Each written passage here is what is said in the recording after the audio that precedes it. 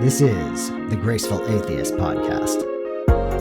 Welcome to the Graceful Atheist Podcast. My name is David, and I am trying to be the Graceful Atheist.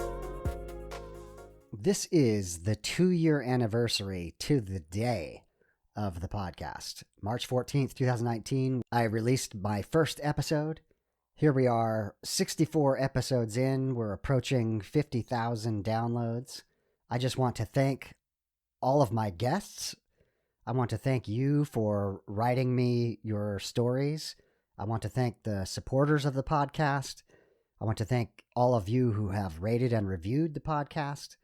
And I want to thank you for sharing the podcast with people that you know. But most of all, I want to thank you for listening. The joy of doing this podcast is getting to speak with wonderful people and hear amazing stories, and to be able to share that with you. Thank you so much. Special thanks to Mike T. for editing today's podcast, and thanks to John Monson and the Galaxy Brothers for the interlude music. On to today's show.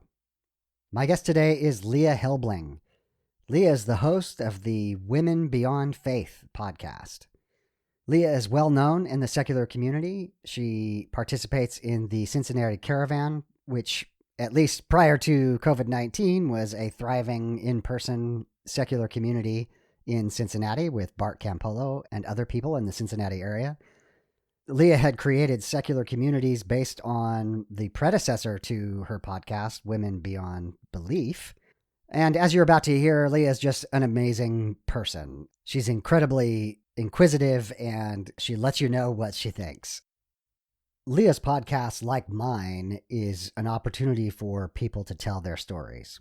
It is focused on the experience of women, and therefore is all the more valuable to the secular community. Leah and I get to share the gift of being present when someone tells their story for the first time or for the 100th time. Just how wonderful and cathartic that can be. If you want to tell your story on the podcast, please email me at gracefulatheist@gmail.com. I am very happy to share my conversation with Leah Helbling.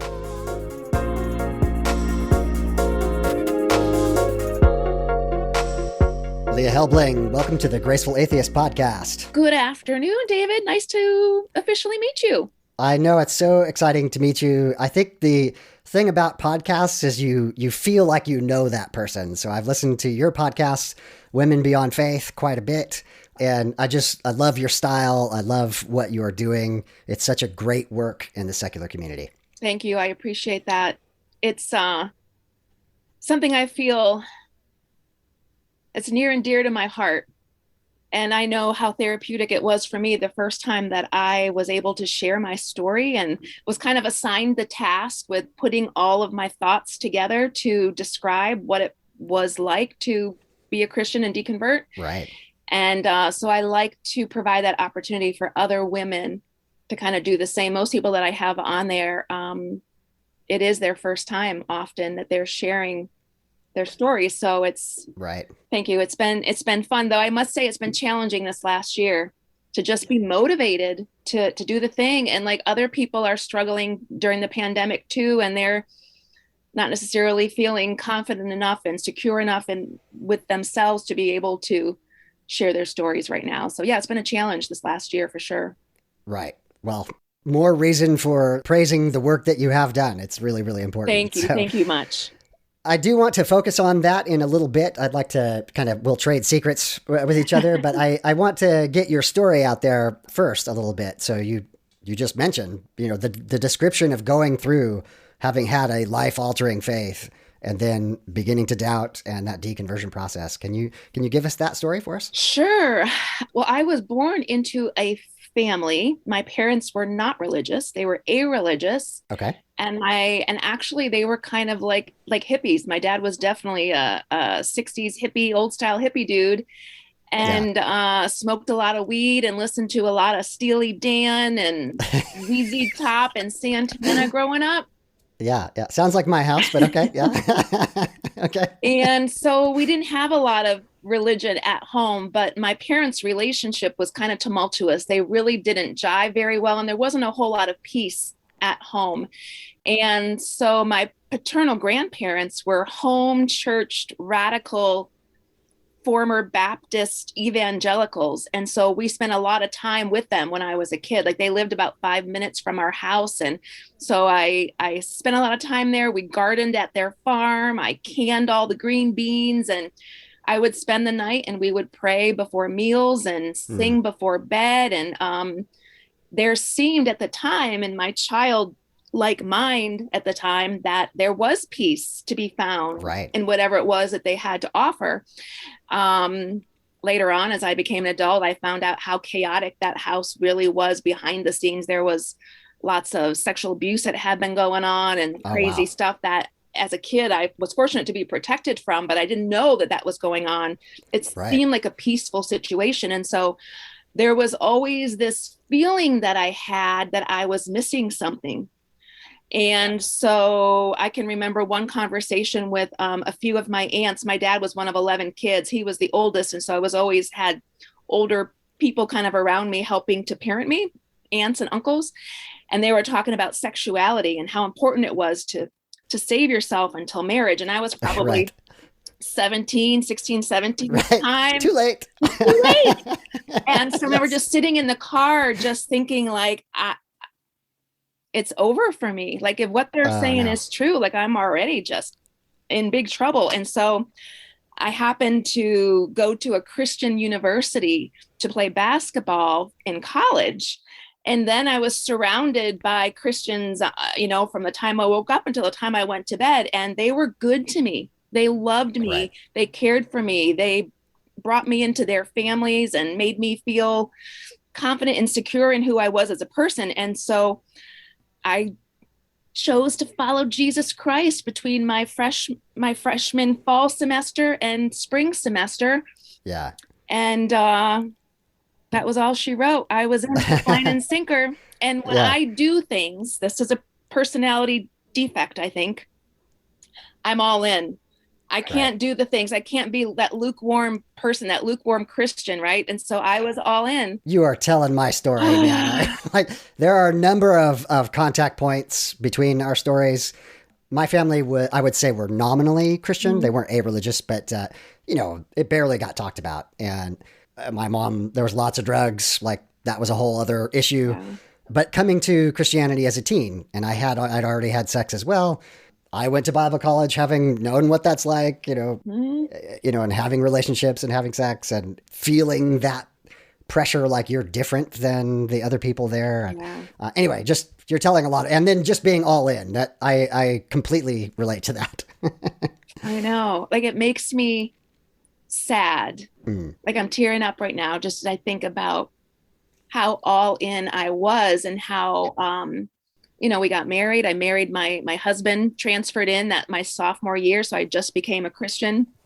Okay. Transferred in. He was from a very Christian evangelical Catholic family. We fell in love. We became engaged. We got married. We had kids. And like we just kept, at least I kept getting more and more serious about my faith. Once we had children, I had to know how to parent them. And the Bible and evangelicalism gave us a good means by which to have some plans and some ideas for how to raise the kids. So yeah, right. we were all in. You have a sense of obligation. Like to be a good parent as a Christian, I have to do X, Y, and Z. Yeah. All the things. And my poor kids, my poor son, my son today is 24 and, as the eldest, he just bore the brunt of all of that. He had so much placed on his shoulders, so much responsibility to have to achieve perfectionism that I was placing on him and the expectations that I held for him. And it was mostly me that was placing those expectations on him because my husband, he was at work during the day and he was more nominally Christian than I was, even though he was all in too. We just had a different description and a different idea of what that entailed. Yeah. And we're still working on repairing our relationship, my son and I. Okay. Because he dealt a lot of my wrath as that good Christian mom who had to deal with a kid who was not following the rules and who was asking questions he wasn't supposed to be asking. Yeah. Yeah, that was tough. I think one of the touch points of the beginning of deconversion for me was when we had our daughters get baptized. And I've had this conversation with both of them now, post-deconversion, to apologize because, you know, at the time I thought, oh, well, this is a reasonable age for them to do this. But there was something about it that I felt like, this is manipulative. They can't possibly know what kind of decision they are making. And that was one of those moments. It's just clear to me that the beginning of the cognitive dissonance was being broken, and, you know, and recognizing this is just not right. Yeah. Dang. Yeah. It took me a little while longer than you to feel that cognitive dissonance. I mean, early, like the first 6 months of my Christianity, I had questions. I can remember our friend Bart Campolo. His dad was a famous preacher back in the day when I was in college, and he came to speak at my college, like the semester after I became a Christian. Yeah. And so I didn't know who he was, but I was like, you know, we had to go to chapel and he was speaking at chapel. So I had to show up for chapel. And there was this heavy, heated discussion amongst the Christians on campus, the more seasoned Christians on campus. And I didn't understand that there were some Christians that were more acceptable than others. Like at my campus, he was not really an acceptable Christian for many because he was left leaning and he was socialistic in his thinking. And I just remember like, that's so weird. I thought we were all on the same team here, you know? Yeah, exactly. And so those were things early on in my faith, right? Within months of becoming a Christian, that it was like, that doesn't make sense, but I'll figure it out as we go along. And there were always those sorts of things, you know, like all of the killing in the Old Testament and Jesus asking us to forsake our families to follow him. Like that didn't make much sense to me. You know, why are we even having families then? Why are we marrying and having children? Like it seemed like that didn't make sense. But for me, I because I was always just studying more and trying to be more and more like Christ and trying to achieve that perfectionism that was just beyond my grasp. I wasn't really allowing myself to question and to let that cognitive dissonance that was down deep inside me to really give it time and thought, until my son came to me after a trip to the Creation Museum, because we live right across the river from the Creation Museum. Okay. And we would go there on these free field trips because we were a homeschool family, and friends of ours would let us borrow their season passes to the Creation Museum. I need to note that you're doing scare quotes. I don't know. Creation, maybe that's what it is. I'm 100% behind that. Yes. Yeah. And the whole museum, looking back at it, is just this. Yes. Doesn't make much sense. But after one of those trips there, we came home and he was probably about 12 at the time. And he's like, Mom, like, can you and I go back without the little sisters? Because he wanted some time just for the two of us to discuss some things. And so it took a little while for me to get babysitting for his younger sisters. And we went back and he knew exactly where he wanted to go, what room and which exhibit. And it was an exhibit that talked about, after the flood, how the continents were populated so quickly. Like, how did all of these animals get from Mount? Future David editor note. It cracks me up, but neither Leah nor I got the pronunciation of Mount Ararat correct. Obviously, it is Mount Ararat, and we'll continue with the show. To Australia. And so we went there and we read it. And so I'm trying to explain the idea and the science behind it to him, and he's just not buying in. Yeah. And neither am I. I have a biology degree and I never bought into young earth creationism. But in our area here in Cincinnati, if you are a good Christian family in our homeschool communities, you had to be young earth creationists. And so there was this pressure to buy in and to believe. But so he didn't buy into that they just floated on these masses of plants and trees and grasses all the way to Australia and South America. and neither did I. And so about that time, he was really starting to listen to debates Okay. online and was reading the Bible and started reading. He read the Quran and Mein Kampf, and he's just this intellectual dude. And not Yeah. too long after that, he was just like, I don't really believe any of this stuff, Mom. I don't think it's true. Wow. Yeah.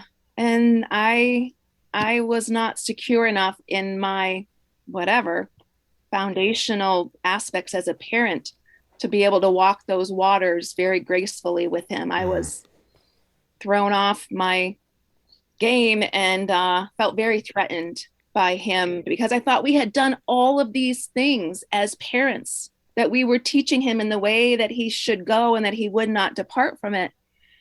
And here he was departing. Mm. And my husband, fortunately, was not as gung ho as I was. And he was able to very kindly and lovingly enter into his world and listen to some of the debates and the conversations that Josh was listening to and read some of the books. And so fortunately, my husband showed up in a big way and was able to show him love during that time when I was not. And that subsequently led my husband to deconversion very soon after he started looking into some of that stuff. And it took me a little bit longer. It took me a couple more years before I felt comfortable enough or secure enough that I too could start looking into some of this. But whoo, Yeah. knocked me off kilter. That's for sure. I can imagine. And I can hear the guilt, which you shouldn't own, but I hear it. So my wife is a believer still, and a conversation that we have often as the girls choose things that she would not choose for them is I'm constantly saying, they're autonomous. They get to make their own decisions. We've given them a foundation. We've given them our values, and now they have to put that out in the real world. And they're actually doing the right thing by pushing back on us. Like that is a thing teenagers need to do. Yeah. And it is really hard, really, really hard as a parent. And then when you add in the faith component, wow, just I'm sure that was a very, very difficult process for you. Well, I feel so lucky in that my husband and I were able to, we walked those roads of deconversion separately. Like we didn't talk about it much when he was going through it. Like he would talk to him about some of his conversations with Josh, but I didn't want to hear what he was discovering. I wasn't interested at the time. And I can remember a conversation very clearly because my poor husband, for me, is this Proverbs 31 wannabe wife. I placed all these unrealistic expectations on not only my kids, but obviously my husband too. Okay. And, and he was unable to do the things that I was asking of him. And yet I full-heartedly believe that he needed to do those things to be this good Christian dad and husband. And so I was getting angry with him again for not leading Bible study before bedtime and not praying in a godly manner before the kids, went to bed. Yeah. And one night he finally said to me, he said, Leah, I cannot do those things that you're asking of me. I cannot do those things. I don't believe in those things any longer. I couldn't do them even before when I did believe. I can't do those things. And so then he came out as being a non-believer. And I just felt like this total martyr. Like now here I am having to raise my other kids without a godly husband. And I felt deceived and that he had turned his back on me. And I lived that role as that martyr wife for a while. I asked all of my friends in my prayer groups and homeschool communities and all of my relatives in the church to pray for him. And for, they were already praying for my son, and now add my husband to the list. Right. And whoo. So then sometime, I feel like it was about 2 years after that time that I started looking into some of these things on the sly. Yeah. I read a Bart Ehrman book early on. Oh dear. And yes. Yeah. I actually listened to him online before I read a book. And I was taught as a Christian that those who were not Christian couldn't be kind and good and nice folk, graceful, without Jesus Christ in their lives. And I heard Bart Ehrman's voice for the first time, and he sounded so genuine, and he sounded so nice and like lovely, and I was in. Yeah. So it didn't take long after I started reading some books and listening to some debates myself before I was like, I see where they're coming from. Yeah. So I feel fortunate that both my husband and I were left the faith, because I don't know if I have the grace that you have in your relationship with your wife to be able to continue to live as unequally yoked partners. Yes. That would be challenging for me. Yeah. And I like to say, it is challenging. And what I try to focus on is that, and I communicate this directly to Michelle, that I love her for who she is, not what she believes. Mm-hmm. And that has always been the case. Yeah.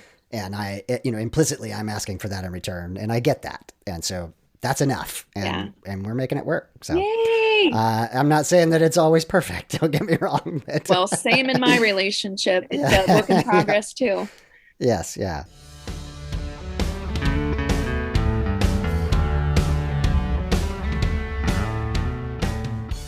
So I think what is interesting about what you and I do, our work, if I can use that word, is allowing people to tell the story you've just told. Mm-hmm. And one of the things I am just fascinated by is both the diversity of the experiences, but also those common touch points. Mm-hmm. What started you being interested in doing the work on your podcast, Women Beyond Faith? That's a good question. Thank you. So when I left faith, when I was deconstructing, I didn't have a community. I no longer had a community. Right. I had been involved in the church and in Bible. I led Bible studies for 2 decades. I was the prayer group leader in all of my communities, each of my communities. And we lost our community when my son left faith. And then it just continued, because the communities that we were a part of, you were all in. And right. So we lost many of our friends and local support systems here in town. And so I just felt so isolated in that. And I found online communities. I found the Everyone Agnostic podcast with right. Cass Midgley, and I became deeply enmeshed in that community. And I've done a few retreats with them. And again, these people like yourselves are just beautiful human beings who have gone through a similar story. And so I wanted to somehow find a local community like that. Right. And I really, as a woman I didn't grow up in the church, but as a woman in the church for over 2 decades, I feel like I relinquished those womanly pieces and those strong personality traits that I had as a young woman before I gave those away to faith. And I wanted to bring those back into my life. And I wanted to find other women who were working on the same for their lives. And since I had always led Bible studies and prayer groups, that's something that I'm good at. Like I have a gift for that. And so I wanted to start a community here in Cincinnati. And so there was already a women's podcast out there. Wendy Marsman, she has a different last name now. I can't think of her last name that she goes by now, had just started a Women's Beyond Belief podcast. And so I asked her and the woman whose name I also cannot remember, who wrote a book entitled Women Beyond Belief, if I could have a Cincinnati chapter. And they both, agreed. And so I started a local community called Women Beyond Belief at that time. And we were on Meetup, and we met together at least monthly for coffee and for fellowship. And oh, that's awesome. I was finding a new community, and I was finding other women who had kind of walked a similar journey that I had walked, who were too looking for community. Right. And so it was lovely. And then I thought about starting just a local podcasting, kind of like a takeoff from what Wendy was doing. But then she ended up stepping down from her podcast due to some personal issues and some disillusionment with the atheist community.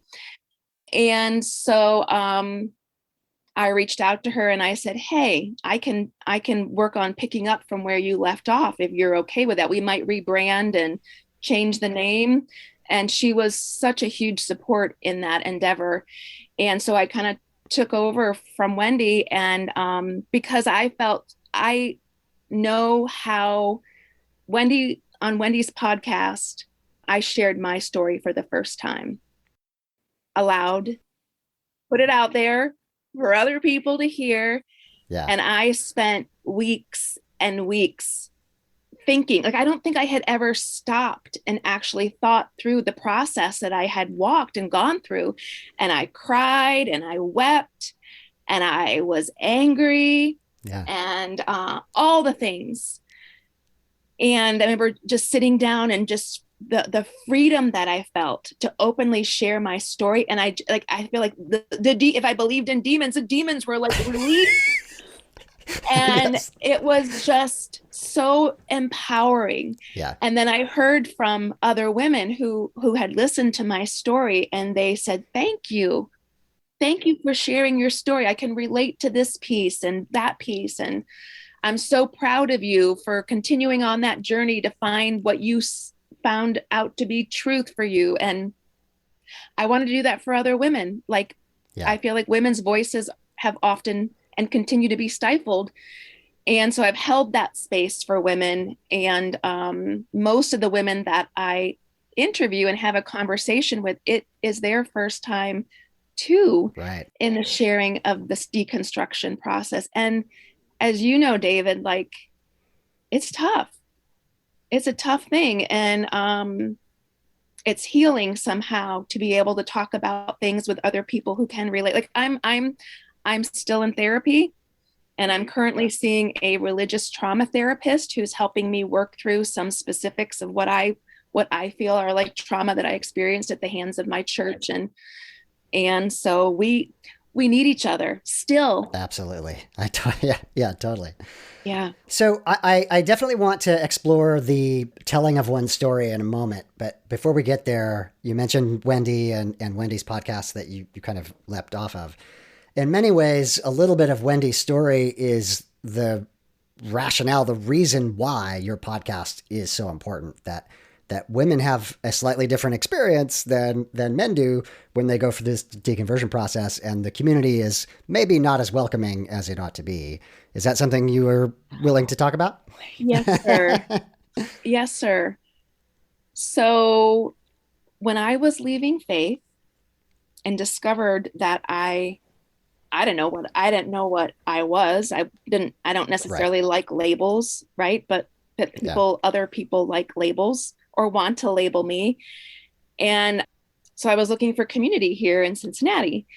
And we had at the time a huge tri-state free thinkers / atheists / agnostic community.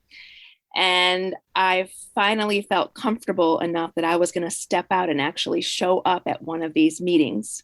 And they had they had all kinds of different they had social gatherings, they had volunteer opportunities, and they had these like educational meetings. So I was like, oh my goodness, I'm going to go to one of these meetings. And I was scared, but for some reason, I thought it was going to be somehow different than my experiences in the church. Right. And so I showed up to this meeting, and it didn't seem a whole lot different than my experiences in the church. I was still a woman showing up to an event that was pretty much put on by men, where the men were in authority and were in leadership over the majority of the things that went on.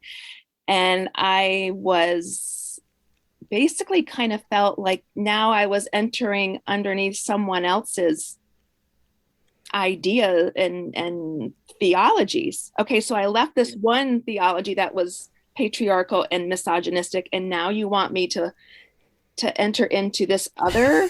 Yeah, switch seats on the Titanic. Yeah, and no, I'm not doing that. No. And it was difficult for me because I don't know what I thought. I thought that people outside of the church were all going to be healthy and I don't know, woke isn't the right word, and that was not the case. And so that was very disillusioning to me. I was very saddened by that fact. And, but it just was, I guess, a reminder that we live in this patriarchal, live and continue to live in this patriarchal society. And it's going to, one step at a time, change will happen. Yeah. My experience was, going through kind of an intellectual change of mind. And the first things that you see online are the debates. So what you were describing about your son, the first things you find are these arguments, right? And that is really interesting for about 5 minutes. And then it's like, okay, now what? And I very much from the get-go was interested in the whole person, which includes our emotions, our feelings, our intuitions, all of those things that, so I think one of the very deep flaws of the atheist community is this focus on rationality to the exclusion of every other aspect of humanity. And one of the goals for my work is bringing the humanity to humanism, right? Like the wholeness of that. And a major part of that is having something that people want and that includes men, women, trans, everyone, right? Regardless of their background. And I find that is relatively rare, right? There's a handful of us out there. You definitely are one of those people. But again, I appreciate the work that you're doing. I think you are reaching women in a way that I could never do. And it is just so very important. Yeah. I thank you for that. I had a conversation. I like to call in conversations instead of interviews because it's amazing, like how nervous, but I remember the first time I shared my story, how nervous I was. And even, I don't know about you, David, but sometimes when I show up to do these conversations, I'm like, oh my goodness, who do I think I am showing up here? And that anybody in the world wants to listen to my voice. Yeah. So I still get those feelings, but I had this conversation with this beautiful woman that I actually had the pleasure of meeting about 3 years ago. We went on a retreat together.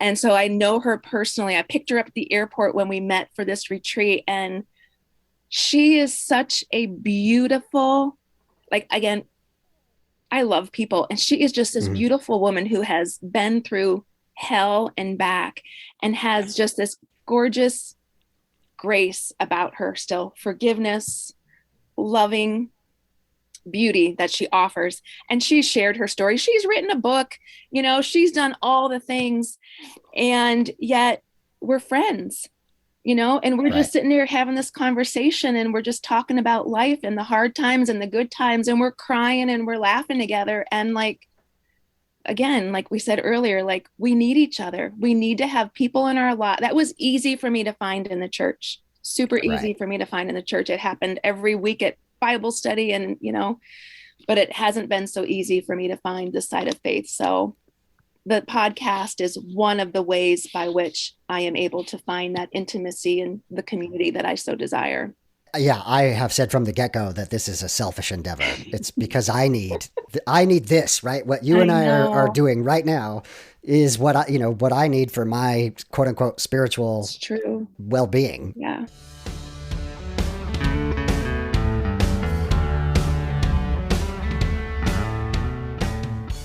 You've touched on the catharsis that one experiences in telling their stories. The first time I told my story was on Steve Hilliker's podcast, Voices of Deconversion. And I did the same thing. Like I prepped for a week. I had notes. I was trying to get everything out. And if you go back to that, you can just feel me thrashing, trying to figure out what am I going to do in this world now? And the podcast is kind of the answer to that. This is what I'm doing.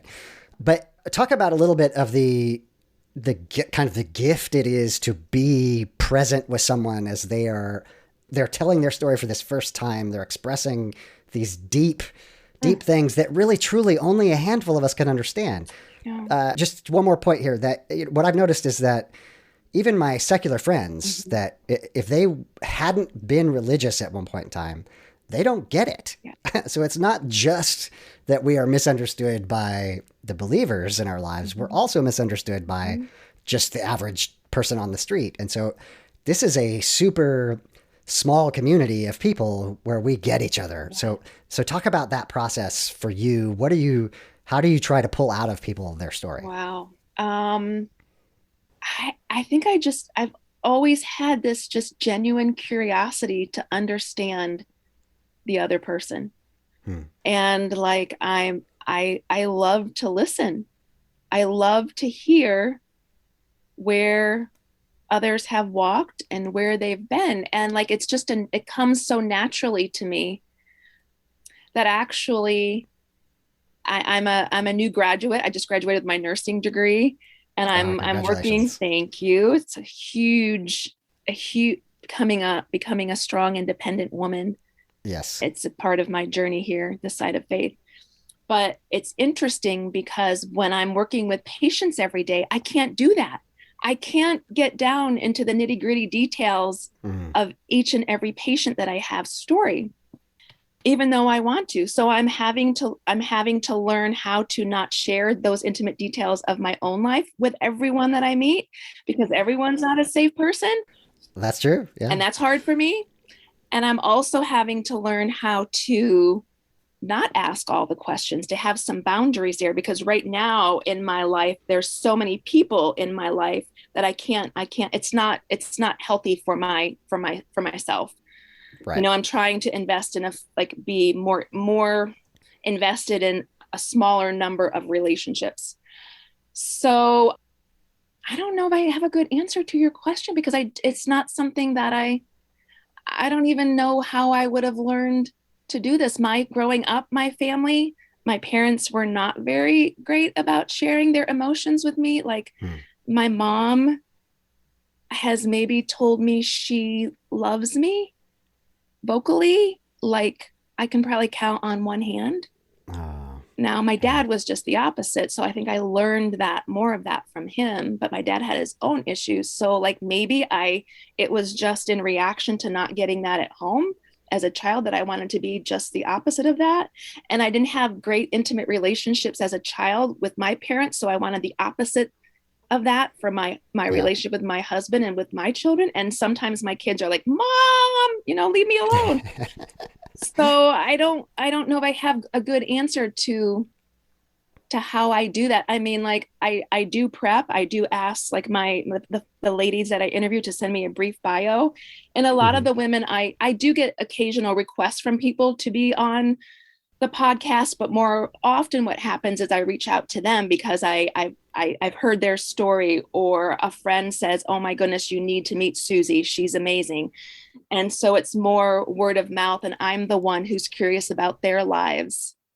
And I'm just a curious person. I've always been. Yeah. And like that led me into faith when I was a teenager, and it led me out of faith when I was in my early 40s. So sounds very familiar. Yeah. Yeah. How about you, David? Like, what do you do? How do you do it? I think my observation of you is empathy, right? And that's what I'm striving for. And I think a person has that or they don't, right? Like you really can't teach that. You can't learn that. And it's just the ability, you're trying to feel what it would feel like to be in that person's shoes. And then the questions come naturally. Yeah. I do a lot of prep as well. But one of the things I learned very early on was I would used to have 20 literally written out questions or something. And it would never go the way I anticipated. Like two minutes in, we'd be off the rails doing something else, right? And so now I prep a lot about understanding who that person is, and then, just trying to be in their shoes and feel what they feel, and those questions seem to come naturally. And I think I see that in you as well. So, yeah, I mean, I feel like sometimes I'm so empathetic, it's a detriment to my sanity. Like, for example, like my son, with whom we're still rebuilding our relationship as he's an adult here, like I just feel like he and his girlfriend just broke up. I feel that emotion that they must each be feeling. Right. And I just soak it all in. And some nights it keeps me up at night. And like I'm working with my religious trauma therapist to help me learn how to do better with that, because I cannot carry. I think as a Christian, it was so much easier for me because I could give that off to God.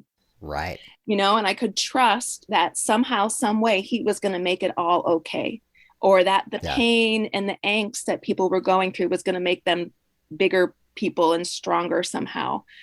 And that's been a struggle for me as a non-believer, because I don't have anywhere to go with that. You know, I can share it with other people and friends, but then I feel like you could share some of those things more openly in prayer group, right? Like gossipy prayer group kind of a thing. But I can't do that as a non-believer. Like so empathy can be a huge struggle for me, but I'm learning. I think I'm learning. My therapist tells me I'm learning. I'm getting better. I'm not so sure some days. Yeah. As I've said before, we're very pro secular therapy on the podcast here. So. Yeah, definitely.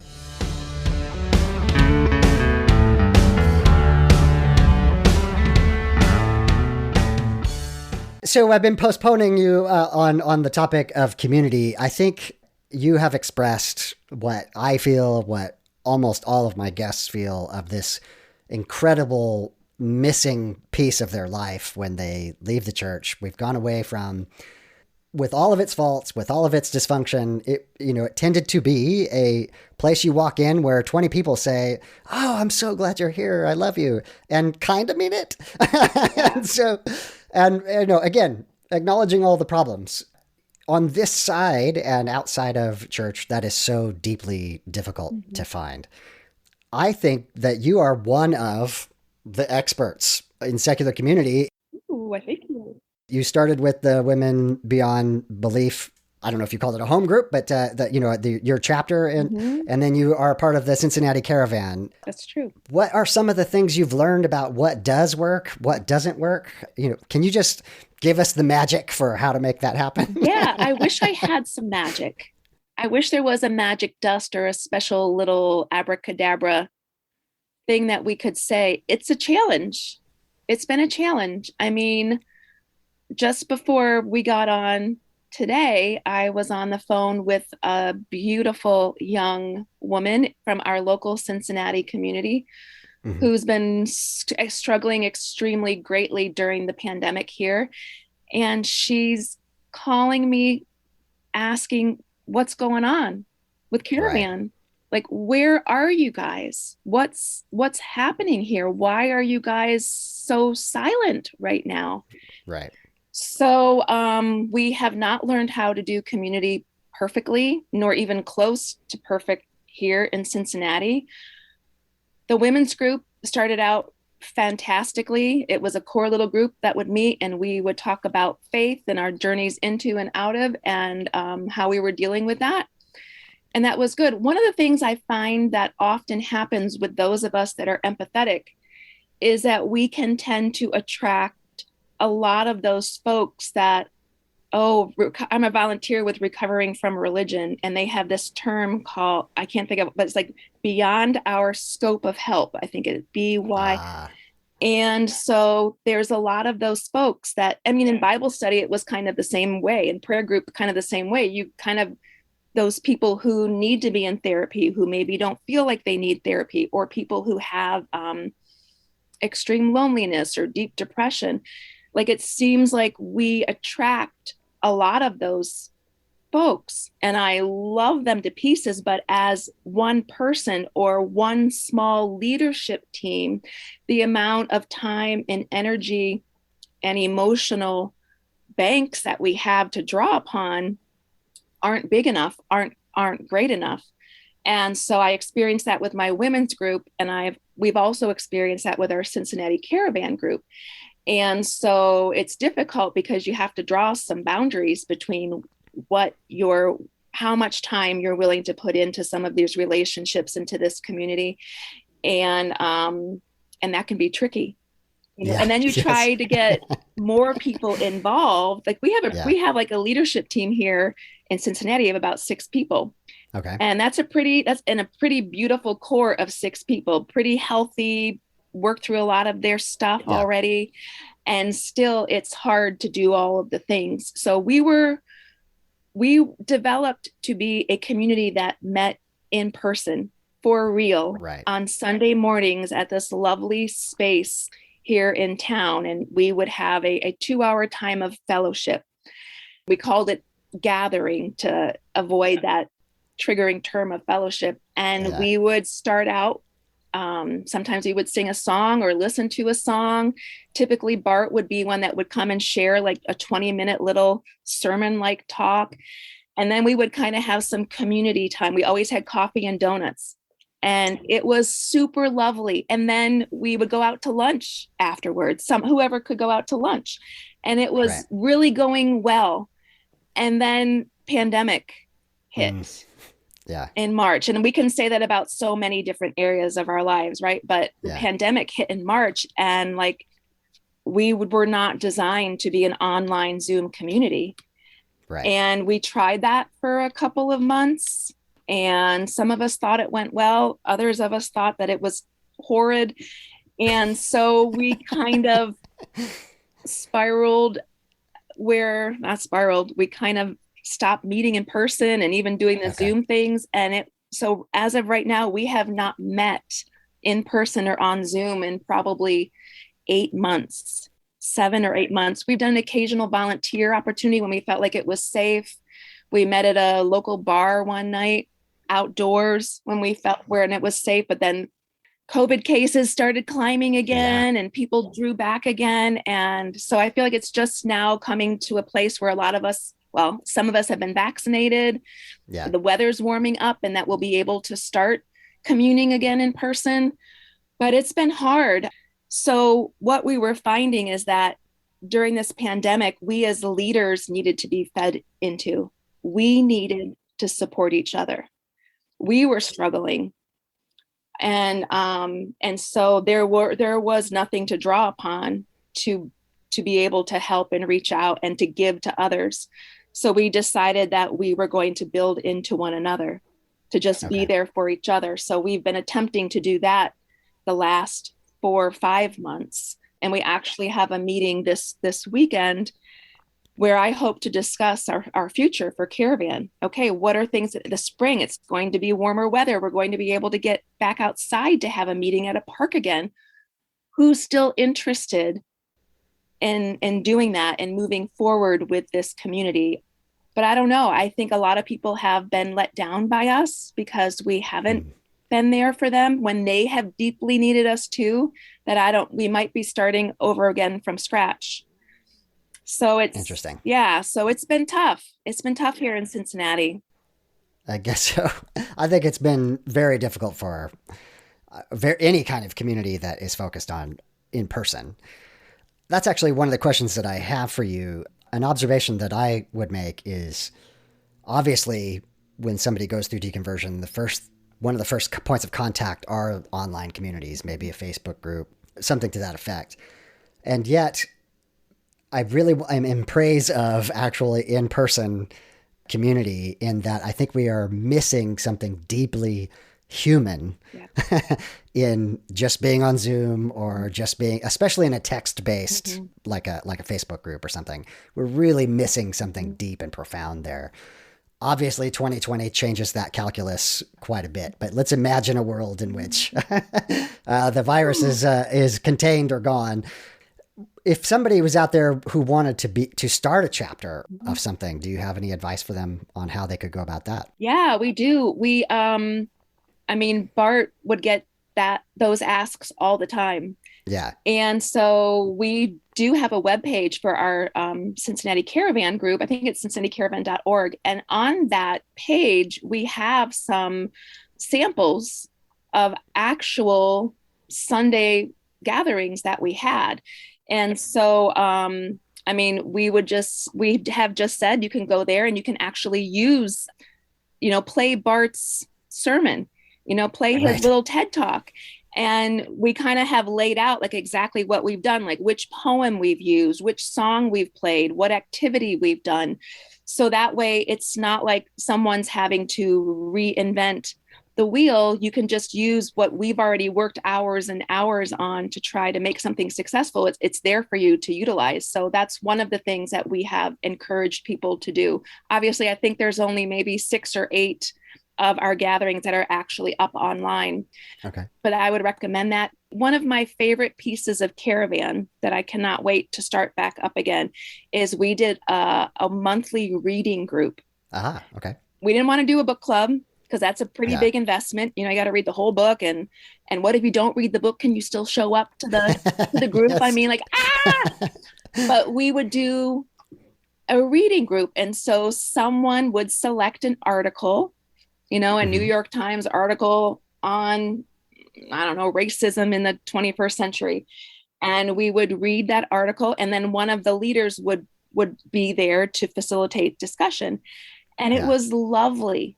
It was just a lovely, it was more than just a social time, just getting together and BSing. We had a focus, we had a point, but it wasn't always super serious and super intellectual.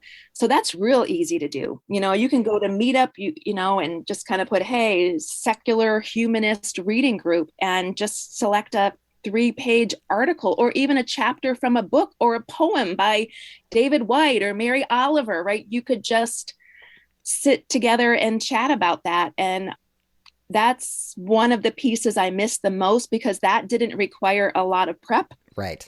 You know, someone chose the article and we send it out and I would read it beforehand. And actually, one of the things the Cincinnati Tri-State Freethinkers group did really well when I first started there is they had such a thing. They had like a discussion night where we were talking about some kind of local political issue going on or something. And it was an intellectual discussion while we were drinking beer or wine.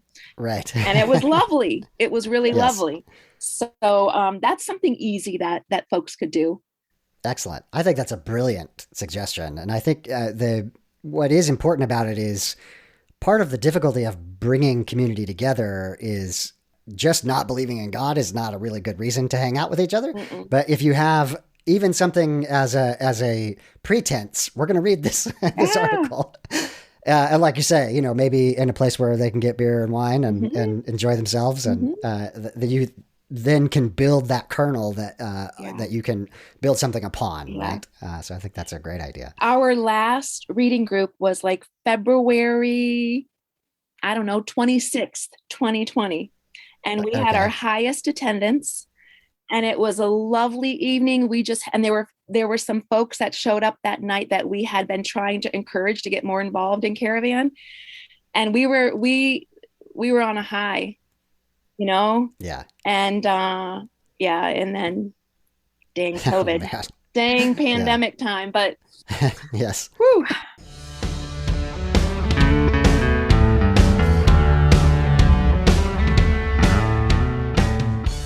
I do want to make one more plug. You've mentioned it several times. I've used it personally. Meetup.com is a great place to find anything, right? If you're a hiker, if you are a cyclist, if you are, there's CFI groups, there are Sunday assembly groups, there are just lots of things out there.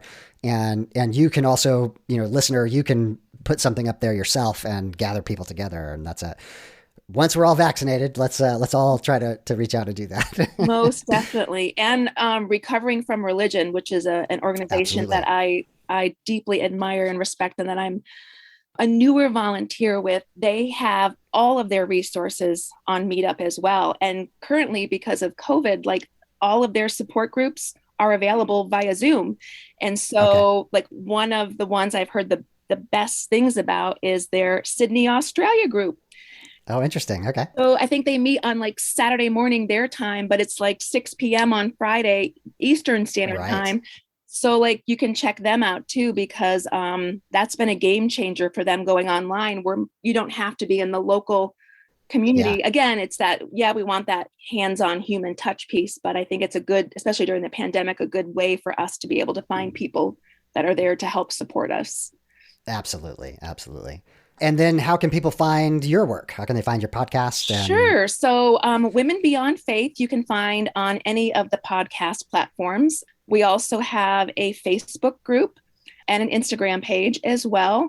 And we do have a secret Facebook group for women who need a safe space, who maybe are not out to friends and family yet. And there's some good quality discussion that happens there. Things that maybe we can't say as women openly on a regular Facebook page, or things that we're working through in parenting or marriage or relationships or sexuality. So yes, people can reach out to me and I can admit them into that secret group. Excellent. Well, Leah, thank you so much for being on the podcast and sharing your wisdom with us. Thank you, David. It's been a pleasure.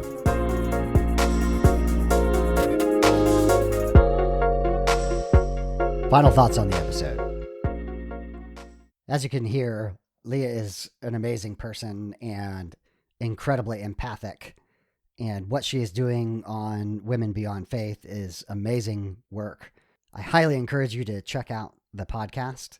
If you happen to be a woman of deconversion and would like to tell your story on her podcast, I'm sure she'd be open to you reaching out. I will have links in the show notes for Leah's podcast and for Cincinnati Caravan, and I encourage you to reach out to Leah. One of the things I was most excited to talk to Leah about was the experience of getting to be the person who hears for the first time someone's deconversion story. I can't tell you what a privilege and an honor that is to be trusted, to be shown so much vulnerability. It is incredibly humbling to participate and to be the person to facilitate the catharsis of telling one's story. I love that part of the podcast. I think Leah loves that part of her podcast. I am also in awe of Leah and all of the work that she's done in the secular community. I want to thank Leah for being on the podcast, for being her amazing self. I want to continue to learn from Leah and try to emulate what she is doing in the secular community. Thank you so much, Leah, for being on the show. The obvious segue here is to talk a little bit more about secular community. I've had a couple of people reach out to me, and I'm in conversations with 2 or 3 different people about possibilities for secular community. The main thing I want to take away from Leah's conversation is this idea of simply having a pretense to get together. It doesn't have to be a full-blown book club. It could be an article, a blog. I want to shout out here to meetup.com. Meetup.com is a really valuable way to connect with other people. Obviously, we're at the tail end of COVID-19, and that might restrict things a bit. But as Leah and I mentioned, you can find Sunday Assembly on there. You can find CFI. You can find various different groups that are getting together. So I encourage you to look at that. But more than that, I encourage you to do something yourself, to gather people together. Ironically, after my chat with Leah, I happened to be looking at backlinks to the gracefulatheist.com site and found that there have been a number of meetup.com meetups that have used my podcast as the pretense to get together. So I want to encourage that. Not just my podcast, but Leah's podcast, Women Beyond Faith, Bart Campolo's podcast, Humanize Me, Ryan Bell's podcast, Life After God, Sam's podcast, When Belief Dies, Matthew and Andrew's podcast, Still Unbelievable, and Proscenium. Whatever podcast speaks to you, you can use a podcast episode like that to gather people that you've met online together and create some secular community. Again, it's just the pretense to get together that's important, and then all the human connection takes place once you're there. The secular grace thought of the week is be the person who takes that first step and build community around you. It's amazing to me that this is the 2-year anniversary. I have a lot of feels around this. It has been an amazing process. I hope that you have appreciated all that has gone into the podcast. I do want to hear from you. I want feedback, both positive and negative. What could be improved? Let me know. And if you want to be a guest on the show, please get in contact with me, gracefulatheist@gmail.com. We've got a number of really exciting episodes on the way, as usual. But until then, my name is David, and I am trying to be the Graceful Atheist. Join me and be graceful human beings. time for the footnotes. The beat is called Waves from Mackay Beats. Links will be in the show notes. If you'd like to support the podcast, you can promote it on your social media. You can subscribe to it in your favorite podcast application, and you can rate and review it on podchaser.com. You can also support the podcast by clicking on the affiliate links for books on gracefulatheist.com. If you have podcast production experience and you would like to participate with the podcast, please get in touch with me. Have you gone through a faith transition and do you need to tell your story? Reach out. If you are a creator or work in the deconstruction, deconversion, or secular humanism spaces and would like to be on the podcast, just ask. If you'd like to financially support the podcast, there's links in the show notes. To find me, you can Google Graceful Atheist, you can Google deconversion, you can Google secular grace, you can send me an email, gracefulatheist@gmail.com, or you can check out the website, gracefulatheist.com. My name is David, and I am trying to be the Graceful Atheist. Join me and be graceful human beings.